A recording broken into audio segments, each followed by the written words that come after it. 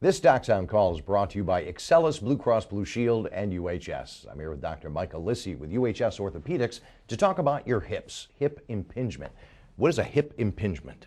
Hip impingement is a catch-all that means that the two bones of your hip, the top bone and the bottom bone, are bumping into each other. What causes that? There's a lot of things that can cause that, and there's a little bit of discussion right now among orthopedic surgeons, but predominantly it has to do with the way your hips are formed. Some people just have hips that are a little malformed, nothing that's so far out of the ordinary causes a problem, but it can set you up for hip impingement. The other thing that can cause it is doing some sort of activity regularly that puts those hips at the very end range, and then you can have a response in your bone to create that malformation. And the symptoms?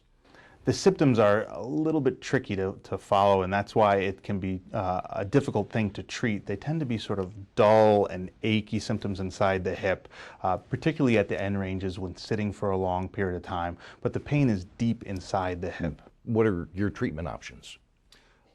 Not everybody who has impingement in their hip needs to have surgery or anything done about it, or even has any complaints about it. You can have these findings and still have no pain in your hip. So first and foremost, it's important to do a period of rehabilitation, a period of rest, and try and treat these and see if we can't get your hip pain under control. If we're not able to control it without doing surgery, there are surgical options that we can do in terms of shaving back those bones and trying to make them look more the way they should look. Thank you, Dr. Michael Lissy with UHS. If you want more information, you can go to our website, wbng.com. If you want to leave a comment or ask a question, call 584-7362, 584-7-DOC.